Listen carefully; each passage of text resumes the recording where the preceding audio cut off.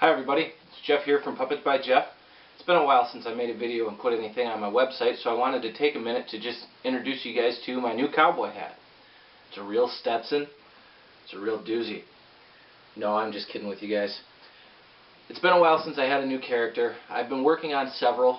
Some things came up in personal life that made it so that I don't know, I just didn't really feel like I had the creative juices flowing, if you will. I still have several characters that I'm working on. If you've been following the blog on the website there, you'll see that there's several different characters that I'm working on. Otserp, he's getting close to being done. I have a bird puppet that's getting close to being done. I have a rabbit puppet that's close to being done. But I finally finished one of the characters that I was planning on making. This here little guy, his name is Mogul. My character description for Mogul is that he's a space alien. He's basically a monkey from another planet. Now, Mogul's pretty special. He has some very different things about him than a lot of the other puppets do. If you look at him, you'll see that he has really shaggy, ragamuffin looking fur. There's a couple of reasons for this. First of all, the fur is really nice. It's very high quality fur. It's similar to the fur that was used in Yeti Jr., but it's, as you can see, it's the different colors. It's purple with the black. Now, where he gets real special is his body is actually not made from just a single piece of fur. It is effectively patchworked together. What I've done is I took the normal fleece, the normal fleece that I used to make Patty, Dart, many of the other puppets out of, and that's what I actually made his body out of. And then what I did was I took very small pieces, different shapes and sizes, of the fur cut up and attached that to that fleece body. What that does is, I don't know if you can really see very well, but if you look at his head, you'll see this fur is normally striped purple and black. But if you look at his body is not striped. His body is just kind of purple, black, you know, wherever there's fur, it's all different colors. What I also did was I laid the fur on there in different directions so that instead of just all kind of flowing in one direction like the nap of the fur normally would, it ends up being just all wild and crazy, which is actually really what I wanted for this puppet's fur to look like. Took a lot of work. I had to cut up many small pieces of the fur and glue them. Originally what I was going to do was leave the normal fleece body, which is, if you can see, it's the color of his hand here. I was going to leave the normal fleece body and just put some small fur splotches on it. And the plan was just to kind of see how that looked. But I didn't really like the way that it looked, so what I did was I just kept gluing the fur to him until I had his entire body covered. A couple of other things that he has. Clearly he has a tongue just like all of the other puppets. He has eyes that are very similar to Patty's. However, they are completely covered in the black and purple fur. So it makes it look like they're actually more part of a skull instead of just hooked onto the top of his head.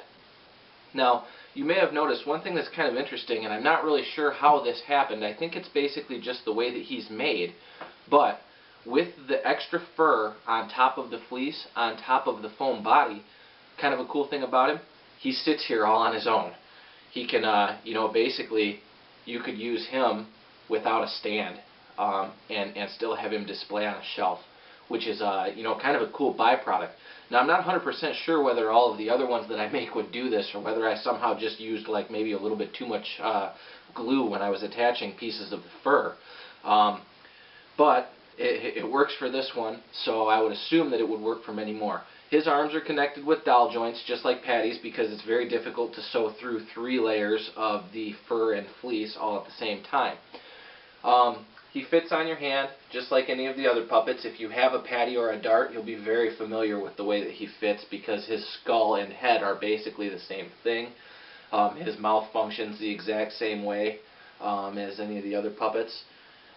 You could have the arm rod I would have attached to him so that you could control his arms. Unfortunately, I don't have an extra arm rod right now. And to be honest, it's a little bit cold in the garage right now to be out there making arm rods. So unless I absolutely have to, I'm going to just make puppets without arm rods for now. I am going to eventually put legs on this guy. However, the arms, very difficult to do. I don't know whether I've told you guys this before, but arms, I kind of don't like doing the arms. Stuffing them is very time consuming. It's probably the most difficult part of putting a puppet together for myself. So when it comes to getting the arms done, I'm really kind of just ready to take a break. But the legs will be just like they would be on a patty or a dart.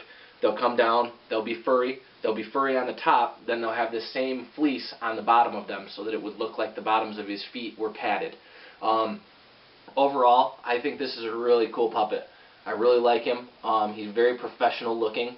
One of the cool things about fur, it makes it very difficult for people to see that they're actually sewn together. It almost just looks like it's all just one, one piece, one body, which really gives to the illusion that it's actually a living character. He's a very cool puppet. I really like him. I think he's a great way to come back from a break without having a lot of new characters.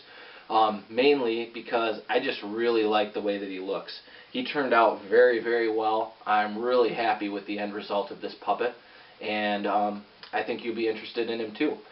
He's going to come in at the Basic Plus character price point. However, he's going to be a couple of dollars more than the other Basic Pluses. Those puppets start at $65. We're going to have him set at $75, mainly because of all the extra work that was involved in putting the fur together. Legs and stuff like that, options will obviously be extra just like everything else, but I think he's a great character. I think he'd fit in really well with a lot of different shows, and he's got so much personality that he'll make you a friend for life. Well, I wanted to thank you guys for continuing to support me. Thank you for continuing to watch my videos and stuff, even as it's been a while since I've come up with a new character. But like I said, Otserp, a bunny, and a bird are all on the way. The bird's going to be very special. I'm not sure whether I will actually sell the bird or not, mainly because he was extremely difficult to make, and he would probably be very, very, very expensive compared to all of my other puppets because of the mechanism that's going to be involved in him. When I send out the email with the video for this guy, I may just go ahead and include a quick preview of the bird, and then if anybody was interested, they could let me know. But the plan right now is going to be to have him kind of be just more like a showpiece that I'm showing other people what I can do. But if someone was really interested in possibly purchasing one, we could probably get something set up. Well, thank you for watching the video. Thank you for your continued support. I hope to hear from you guys soon. Have a good day.